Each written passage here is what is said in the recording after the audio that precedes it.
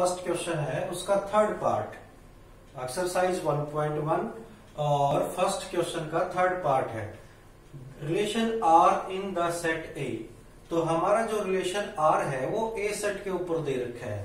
तो मैंने सबसे पहले आपको बोल रखा है क्या कि जिस सेट के ऊपर रिलेशन दे रखा है उस सेट को दो बार लिखिए, क्योंकि रिलेशन हमेशा दो सेट के ऊपर होता है। तो पहला सेट भी हमारा यही होगा और सेकंड सेट भी हमारा यही होगा। तो हम इसी को 2 टाइम्स लिख लेते हैं और इससे आपको समझने में भी बड़ी आसानी होगी और इसको आपको लिखना भी है। अब देखिए यहाँ पर ए सेट तो लिख लिया हमने जैसे सभी पार्ट में करते आए हैं। अब रिलेशन लिखता हूं मैं जो डिफाइन करके दे रखा है। रिलेशन में क्या है, कितने एलिमेंट हैं या कैसे एलिमेंट हैं, x, y। ये हमारे एलिमेंट है x, y। और फिर आगे लिखते हैं हम सच दैट, ये 2 पॉइंट लगाकर सच दैट। इसका मतलब है कि ये जो एलिमेंट हैं x, y ये किस तरह से आ रहे हैं, वो इस तरह से आएंगे y is divisible by x। तो जो y है वो x को क्या करेगा, डिवाइड करेगा।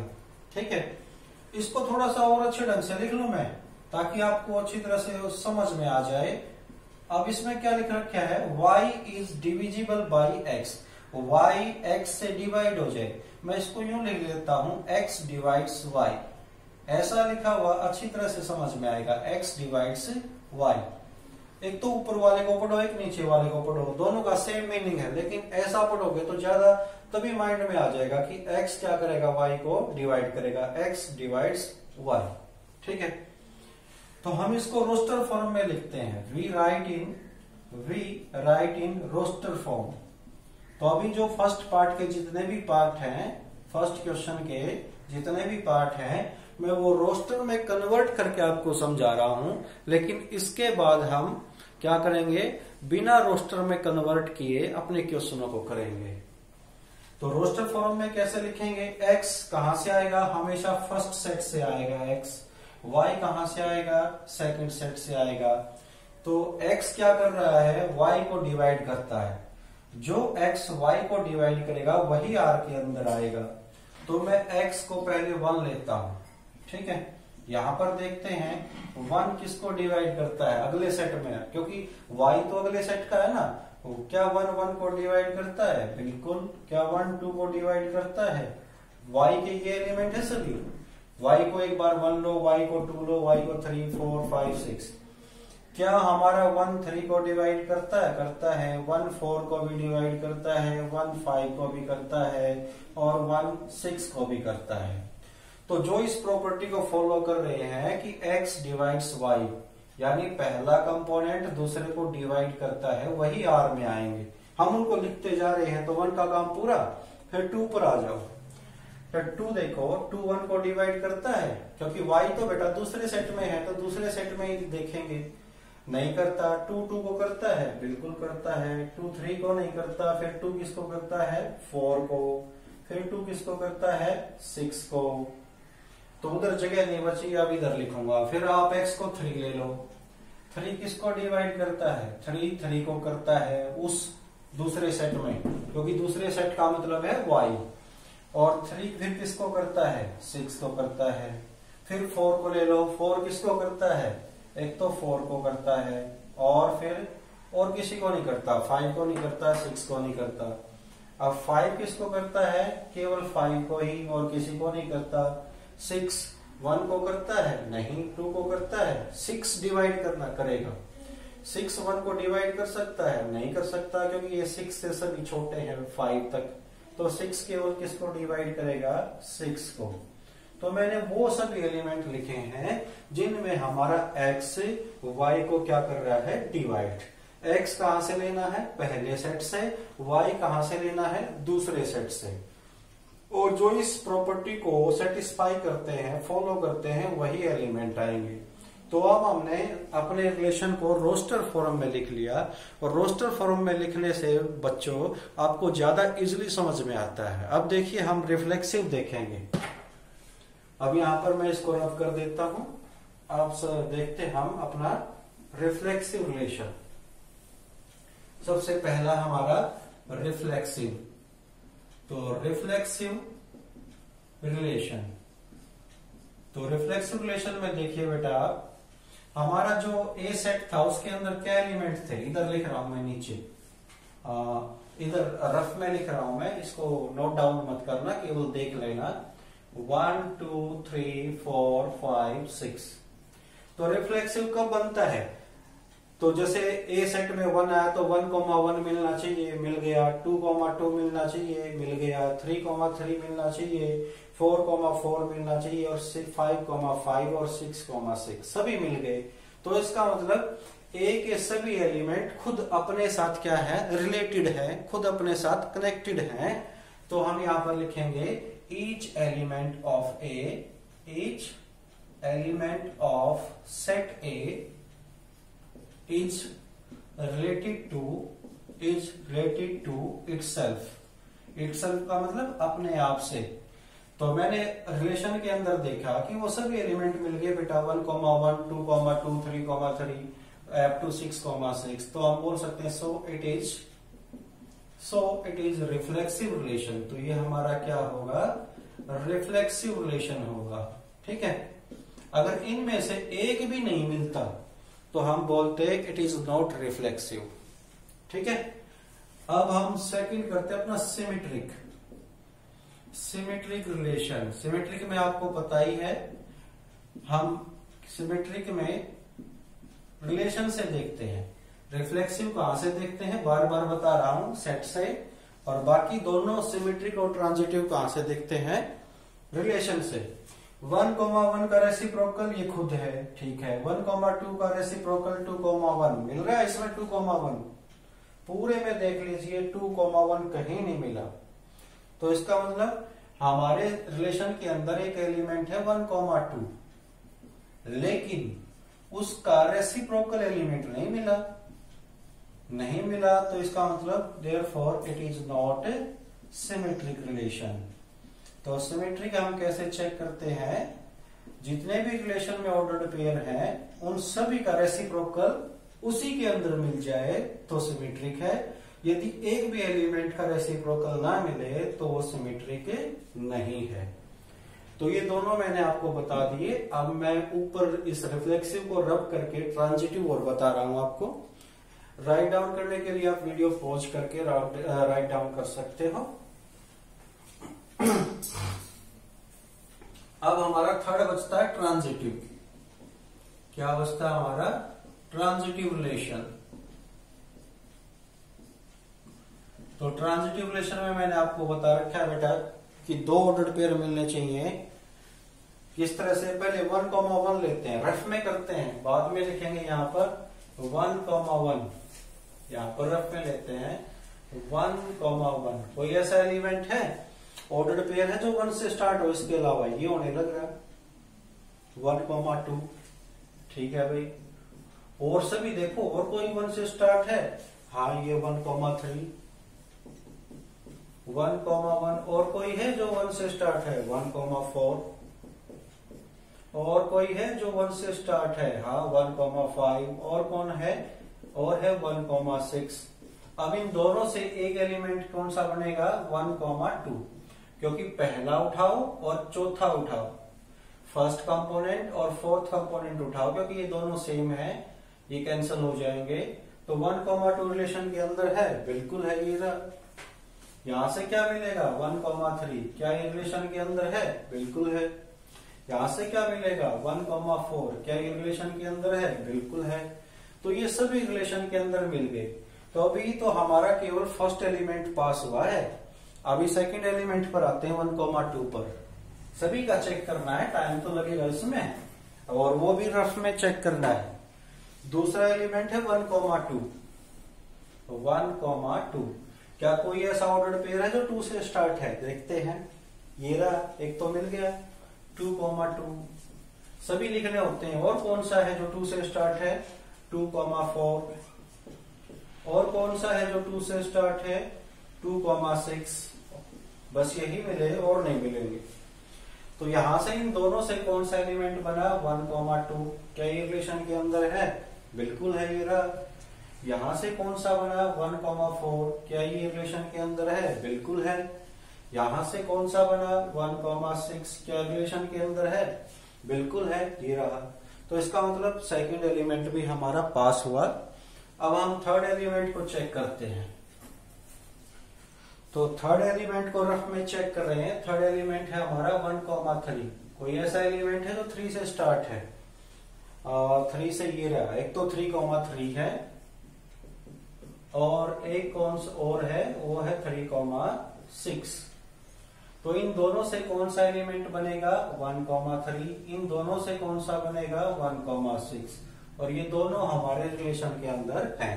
तो इसका मतलब थर्ड भी पास हो गया। फोर्थ पर आते हैं 1,4।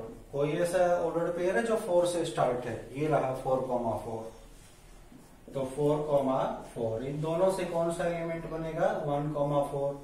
क्या ये रिलेशन के अंदर है? बिल्कुल है, तो ये भी पास हो गया। 1,5 तो 1,5 5 से और कौन स्टार्ट होता है? ये 5,5। तो इन दोनों ऑर्डर पेयर से कौन सा ऑर्डर पेयर बनेगा? पहले फर्स्ट ले लो फिर फोर्थ ले लो। 1,5 ये रिलेशन के अंदर है, बिल्कुल है, ये रहा, ये भी पास हो गया। 1,6 तो 1,6 क्या कोई ऐसा ऑर्डर पेयर है जो 6 से स्टार्ट होता है? ये रहा। तो 6,6 तो यहां से क्या बनेगा हमारा? पहला ले लो और लास्ट वाला ले लो चौथा। 1,6 ये है, बिल्कुल है। तो यहां तक चेक कर लिया हमने 1,6 तक। अब आगे चेक करते हैं। बेटा टाइम भी समय लगेगा, सभी चेक करने हैं आपने। फिर इस पर आगे 2,2 पर। 2,2 पर क्या कोई ऑर्डर्ड पेयर है जो 2 से स्टार्ट है? ये रहा 2,4 और एक कौन सा है, एक और मिल गया 2,6। यहां से क्या बनेगा 2,4, वो हमारा बिल्कुल है रिलेशन में। यहां से क्या मिलेगा 2,6, तो बिल्कुल है रिलेशन में। तो ये भी यहां तक पहुंच चुके हैं हम। अब हम 2,4 लेते हैं। क्या कोई ऐसा ऑर्डर्ड पेयर है जो 4 से स्टार्ट है? बिल्कुल है, ये रहा 4,4। इन दोनों से क्या बनेगा हमारा 2,4, ये रिलेशन के अंदर है 2,4, बिल्कुल है, ये रहा। तो ये भी हमारा पास हो गया। फिर 2,6 पर आते हैं। क्या कोई ऐसा ऑर्डर्ड पेयर है जो 6 से स्टार्ट है? ये रहा 6,6। तो ये 6,6 यहां से क्या ऑर्डर्ड पेयर बनेगा? पहला ले लो और चौथे नंबर वाला ले लो 2,6। क्या ये रिलेशन के अंदर है 2,6? बिल्कुल है। तो इसका मतलब ये भी पास हो गया। तो जिस पर मैंने टिक लगाया है वो सभी ऑर्डर्ड पेयर पास होते हुए चल रहे हैं। अब नीचे वाले बचते हैं, उनको भी चेक कर रहे हैं। नीचे वाला है हमारा 3,3। क्या कोई और ऑर्डर्ड पेयर है जो 3 से स्टार्ट है? बिल्कुल है, ये रहा 3,6। और कोई नहीं है, बस यही है। यहां से क्या बनेगा 3,6। क्या ये रिलेशन के अंदर है? बिल्कुल है, तो ये भी पास हो गया। फिर अगला है 3,6। क्या कोई ऐसा ऑर्डर्ड पेयर है जो 6 से स्टार्ट है? ये रहा 6,6, एक ही मिला। तो यहां से क्या बनेगा 3,6, ये रिलेशन के अंदर है? बिल्कुल है, ये रहा। तो ये भी पास हो गया। तो 4,4 क्या कोई ऐसा ऑर्डर्ड पेयर है जो 4 से स्टार्ट हो? यहाँ के अलावा, इसके अलावा कोई और है? नहीं है। तो इसका मतलब इसका दूसरा पेयर ही नहीं बन रहा है। तो इसका मतलब कोई प्रॉब्लम वाली बात नहीं है, अभी तक ये ट्रांजिटिव चल रहा है। जब दूसरा पेयर नहीं मिला है तो समझो वहां पर कुछ गलत नहीं है, ट्रांजिटिव ही चल रहा है। फिर है 5,5। क्या कोई ऐसा ऑर्डर्ड पेयर है जो 5 से स्टार्ट हो रहा हो? नहीं हो रहा। तो इसका दूसरा पेयर नहीं मिल रहा, तो समझो अभी तक कोई गड़बड़ नहीं है, अभी तक ये ट्रांजिटिव चल रहा है। फिर है 6,6। क्या कोई ऐसा ऑर्डर्ड पेयर है जो 6 से स्टार्ट हो? तो दूसरा ऑर्डर पेयर नहीं मिल रहा, तो समझो अभी तक ठीक चल रहा है। तो ये सभी एलिमेंट हमारे क्या हो गए? पास हो गए। ठीक है, इसको हम लिख सकते हैं देयरफॉर, इसको हम लिखते हैं दिस इज ट्रांजिटिव रिलेशन। तो ये हमारा क्या है? ट्रांजिटिव रिलेशन है। तो इस तरह से मैंने आपको चेक करके बताया। यहां पर 1 2 3 4 5 6 7 8 9 10, 11, 12, 13, 14, यहाँ पर 14 ऑर्डर्ड पेयर थे और मैंने आपको सभी को चेक करके बताया। तो इस तरह से चेक करते हैं।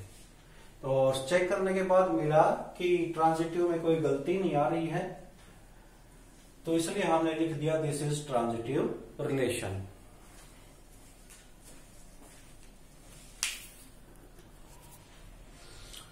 तो ये स्टूडेंट्स हमारा फर्स्ट का फोर्थ पार्ट है।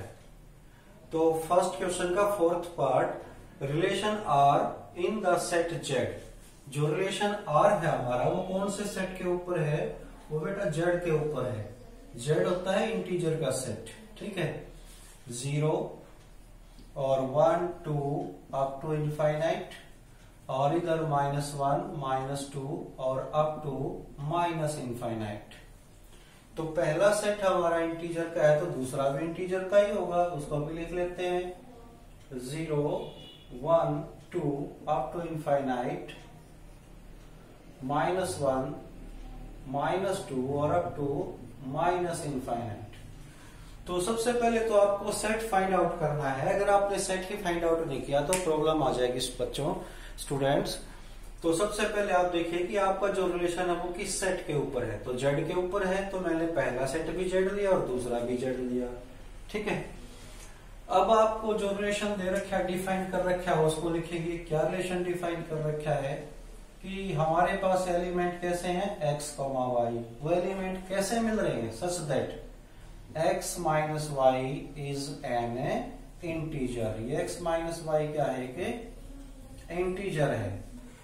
तो स्टूडेंट्स, जब अब तक हमने जितने भी क्वेश्चन किए उन सभी क्वेश्चन को हमने रोस्टर फॉर्म में चेंज किया था, लेकिन यहां पर रोस्टर फॉर्म में चेंज हम नहीं कर सकते। क्यों? क्योंकि आप देखिए यहां पर कोई भी ऐसी कंडीशन नहीं है कि x इससे छोटा लेना है, या सेट भी हमारे पास ऐसा नहीं है जो फाइनाइट हो। बाकी आपने जो पहले जितने भी पार्ट किए हैं, तीनों पार्ट है, उनमें जो फर्स्ट पार्ट था उसमें एलिमेंट कितने थे, 1 से लेकर 14 तक ए सेट था। तो दूसरा जो हमने अपना किया था पार्ट ए, उसमें हमें x क्या लेना था, 4 से छोटा। और तीसरा जो पार्ट किया उसमें ए हमारा क्या था, ए में एलिमेंट थे 1, 2, 3, 4, 5, 6। लेकिन अब जब हम चौथा पार्ट कर रहे हैं तो इसमें एलिमेंट फाइनाइट नहीं है, थोड़े नहीं है, काउंट नहीं कर सकते हम इनको, इनफाइनाइट हैं। तो x को आप क्या पुट कर सकते हो, इनफाइनाइट इंटीजर, और y को भी क्या पुट कर सकते हो, इनफाइनाइट इंटीजर। और उनका डिफरेंस आप रोस्टर फॉर्म में लिखने लग गए तो कितने ऑर्डर्ड पेयर आएंगे, इनफाइनाइट ऑर्डर्ड पेयर आएंगे। तो इसको रोस्टर फॉर्म में लिखना बहुत ही मुश्किल है, टिपिकल है, इम्पॉसिबल है, ठीक है। तो इसीलिए हम इसको रोस्टर फॉर्म में कन्वर्ट नहीं कर सकते। तो आपके सामने एक ऐसा क्वेश्चन आ गया है और आगे हम ऐसे ही करेंगे जिनको हम रोस्टर फॉर्म में लिखे बिना ही सोल्व करेंगे और ये बताएंगे कि वो रिफ्लेक्सिव है, ट्रांजिटिव है या फिर सिमेट्रिक है। तो देखिए कैसे हम करेंगे वो आप देखिए इधर। तो सबसे पहले हम रिफ्लेक्सिव रिलेशन लिखते हैं, रिफ्लेक्सिव रिलेशन। तो रिफ्लेक्सिव रिलेशन में बेटा मैंने बता रखा है आपको कि आप क्या करोगे। रिफ्लेक्सिव रिलेशन ही एक ऐसा रिलेशन है जो हमेशा सेट से होता है। बाकी सिमेट्रिक और ट्रांजिटिव किससे होते हैं, वो जो रिलेशन डिफाइन कर रखा है उससे होते हैं। तो सेट क्या हमारा, इंटीजर। तो कोई भी इंटीजर लीजिए, 0 लीजिए, 1 लीजिए, 2 लीजिए, -3, -4, कोई भी लीजिए। x को क्या लीजिए, यहां पर देखो, यहां पर रफ में देखा करो, पहले रफ में सोल्व करके देखा करो कि क्या होना चाहिए, x minus y is an integer, x minus y integer होना चाहिए। तो कोई भी मैंने 1 ले लिया, जो 1 किस में है, जेड में है, कैपिटल जेड का मतलब इंटीजर है।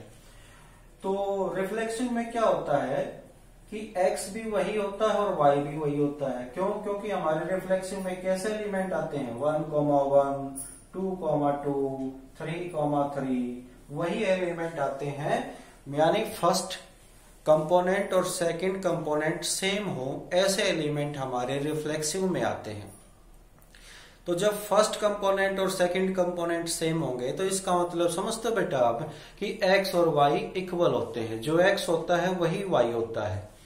तो मैंने एक 1 लिया है जो z में है हमारा इंटीजर, मैंने x की जगह भी 1 पुट किया और y की जगह भी 1 पुट किया और देखा जो रिजल्ट आया 1 में से बन गया 0। क्या वो इंटीजर आया? 0। 0 क्या इंटीजर है? बिल्कुल है। फिर मैंने 1 की बजाय कुछ और लिया, मैंने लिया 5।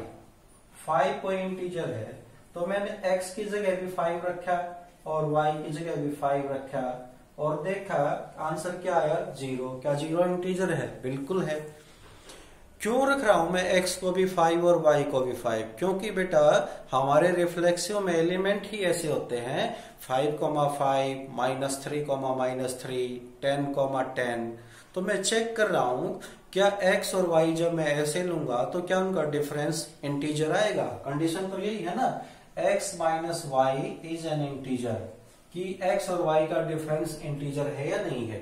तो इसका मतलब यहां पर आपने देखा कि आ रहा है। तो जब आ रहा है तो हम सिंपल अपनी इंग्लिश लैंग्वेज में लिखेंगे फॉर ईच, यहां पर लिखेंगे for each x belongs to z, ठीक है। For each x belongs to z is related to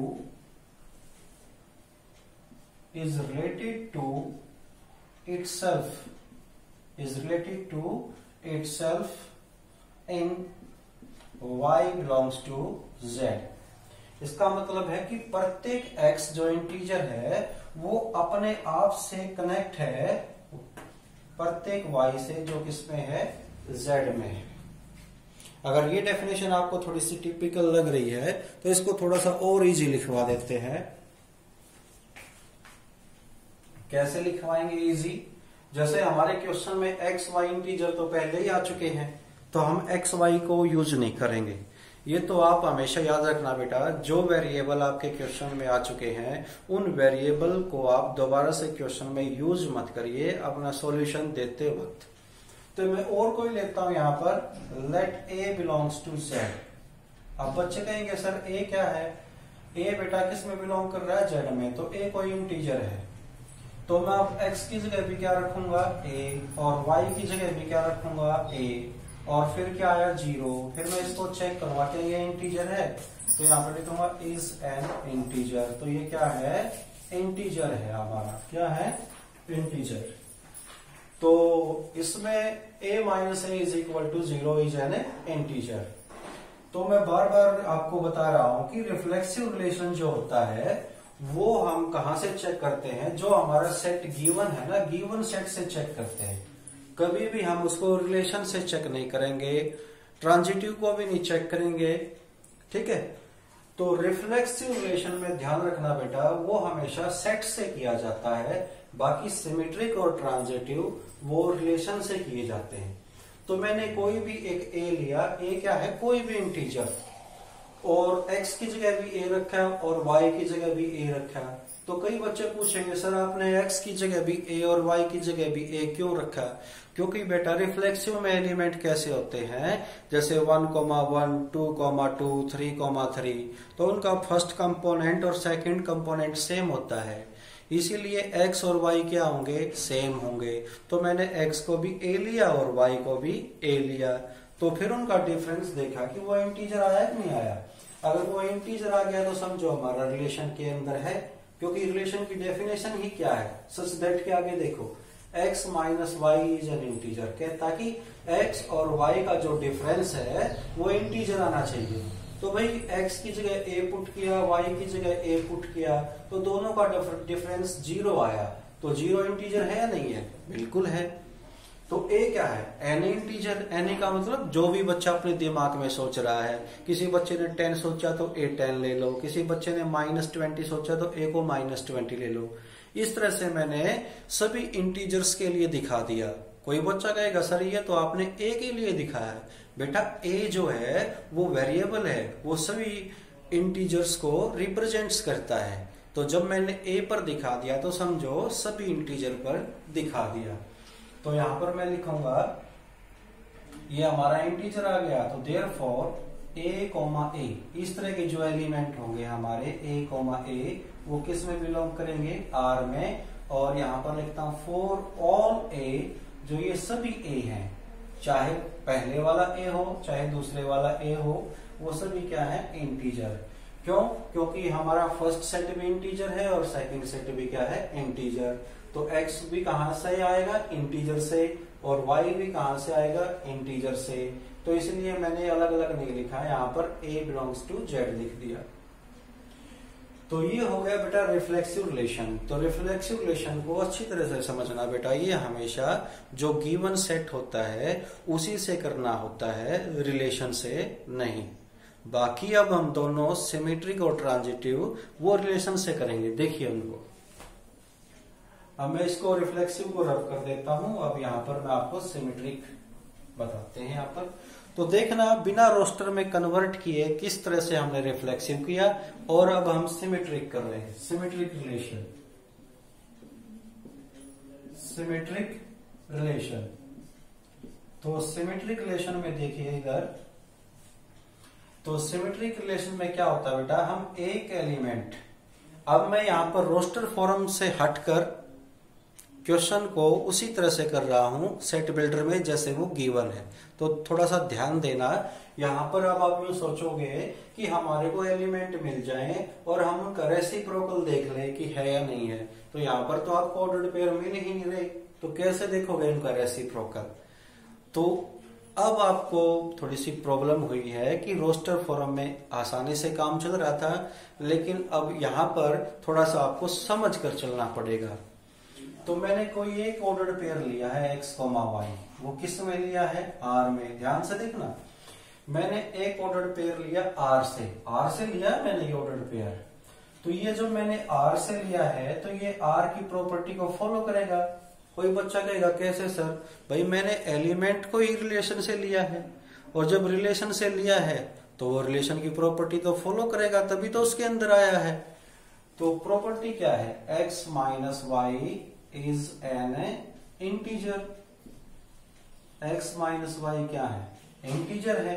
तो यहां पर रफ में देखो, मुझे क्या लेकर आना है, मैंने x y एलिमेंट लिया है, तो मुझे y x लेकर आना है, y x r में। तो y x r में कब आएगा, जब मेरे को ये मिल जाए y minus x is an integer, तभी आएगा नहीं आएगा, तो तभी आएगा हमारा y x। तो मैं क्या करता हूं, मैं इसमें से माइनस कॉमन निकाल लेता हूं। जब माइनस कॉमन निकालूंगा तो साइन चेंज हो जाएंगे, y प्लस का और x माइनस का। तो मैंने केवल माइनस कॉमन निकाला है, तो ये इंटीजर था, तो यहां पर भी ये इंटीजर ही रहेगा, मैंने माइनस ही कॉमन निकाला है। ठीक है, कैसे, जैसे 5 माइनस 10 है, तो ये इंटीजर है। अगर मैं इसमें से माइनस कॉमन निकाल लूं तो 10 प्लस का हो जाएगा और 5 माइनस का। अब भी ये इंटीजर रहेगा कि नहीं रहेगा, बिल्कुल रहेगा। तो मैं एग्जांपल भी आपको साथ में दे रहा हूं। अब मैं इस माइनस को छोड़ देता हूं, तो y माइनस एक्स भी इंटीजर है या नहीं है, बिल्कुल है इंटीजर। कैसे, देखिए यहां पर पहले मैंने 5 माइनस 10 लिया, वो इंटीजर है। मैंने माइनस कॉमन निकाल लिया, तो ये भी इंटीजर है।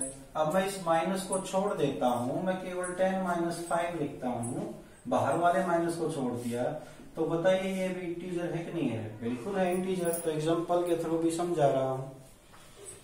तो ये भी इंटीजर हो गया हमारा। तो जब y माइनस एक्स इंटीजर हो गया, तो यहाँ पर देखिए मैंने कहा था कि y x r में कैसे आएगा, जब मैं y माइनस एक्स को इंटीजर दिखा दूं। तो अब मैंने y माइनस एक्स को इंटीजर दिखा दिया, तो देयरफॉर तो y x हमारा किस में आ गया, r में आ गया। तो हेंस यहां पर लिखेंगे, तो therefore r is symmetric relation. r हमारा क्या है, सिमेट्रिक रिलेशन। तो ये हो गया हमारा सिमेट्रिक रिलेशन। तो अब हम चलते हैं बेटा ट्रांजिटिव पर। इसको मैं रब कर देता हूं। राइट डाउन करने के लिए आप वीडियो को पॉज कीजिए और उसको राइट डाउन कर लीजिए। अब मैं ट्रांजिटिव रिलेशन नंबर 3 इसी के अंदर ट्रांजिटिव रिलेशन को कंप्लीट करते हैं हम। ट्रांजिटिव रिलेशन तो ट्रांजिटिव रिलेशन में देखना बेटा, मैं दो ऑर्डर पेयर ऐसे लेकर चलूंगा, एक तो x, y और एक y, z belongs to R। तो मैंने दो ऐसे ऑर्डर पेयर लिए हैं x, y और y, z। कोई बच्चा कहेगा सर y, z क्यों लिया? बेटा आप कैसे लेते थे ऑर्डर पेयर रिफ्लेक्सिव में, जब मैंने आपको पहले भी समझाया है, आप लेते थे a, b और b, c। तो जो ये b पर खत्म है और ये b पर शुरू है, तो ऐसे ही ऑर्डर पेयर लेते थे। तो मेरा यहाँ पर x, y दे रखा है, तो मैंने ऐसे ही लिए x, y और y, z। ये y पर खत्म है और ये y पर शुरू है। तो अब ये दो ऑर्डर पेयर ले लिए। तो ये दो ऑर्डर पेयर यहाँ पर रफ में देखो, x, y और y, z, ये दो ले लिए। यदि ये y दोनों में सेम है ना, इसको हटा दो, तो इधर क्या बचा x, इधर क्या बचा z। तो ये जो ऑर्डर पेयर बना है, यदि मैं इसको R में दिखा दूं x, z को, तो फिर मैं बोल दूंगा कि ये क्या है, ट्रांजिटिव है। तो आपको ऐसे ही करने हैं सभी क्वेश्चन, जैसे मैं इस पार्ट को करवा रहा हूं बिना रोस्टर फॉर्म के। तो हम दो ऑर्डर पेयर लेकर चलते हैं, x, y, z। अगर ये क्वेश्चन हमारा a b में होता, यहाँ पर a होता, यहाँ पर b होता, तो a minus b is an integer. फिर मैं यहाँ पर क्या लेकर चलता, a, b और b, c। अब हमारा क्वेश्चन x, y में है, तो मैं क्या लेकर चलूंगा, दो ऑर्डर पेयर x, y और y, z। अब हमारा जो एम है वो क्या है कि हम देखते हैं कि x, z R में आएगा या नहीं आएगा। तो x, z R में कब आएगा, जब x माइनस z को मैं क्या दिखा दूं, इज एन इंटीजर। जब मैं x माइनस z को क्या प्रूव कर दूंगा, इंटीजर। तो अब चलते हैं, देखिए इधर ये दोनों ऑर्डर पेयर हमारे R में है, तो इसका मतलब ये रिलेशन के एलिमेंट है, तो ये रिलेशन की प्रॉपर्टी को फॉलो करेंगे। तो x, y R की प्रॉपर्टी को फॉलो करेगा, तो मैं बोल सकता हूं x minus y is an integer. क्यों है ये इंटीजर? कोई बच्चा कहेगा सर क्यों लिखा आपने? क्योंकि भाई बेटा ये ऑर्डर पेयर R में है, तो ये R की प्रॉपर्टी को फॉलो करेगा, और R की प्रॉपर्टी कहती है कि इन दोनों का डिफरेंस इंटीजर है। तो y, z भी R में है, तो ये भी R की प्रॉपर्टी को फॉलो करेगा, y minus z is an integer, is an integer. तो ये भी इंटीजर है। अब मैं क्या करता हूं, मैं इसमें से, इस पहले वाले में से दूसरे वाले को माइनस कर देता हूं, ठीक है। ये दोनों इंटीजर है बेटा, ऊपर वाला भी इंटीजर और नीचे वाला भी इंटीजर। आप देखिए मैं दो इंटीजर लेता हूं, एक को मैंने 12 ले लिया, एक को मैंने 7 ले लिया। ये भी इंटीजर है 12 भी,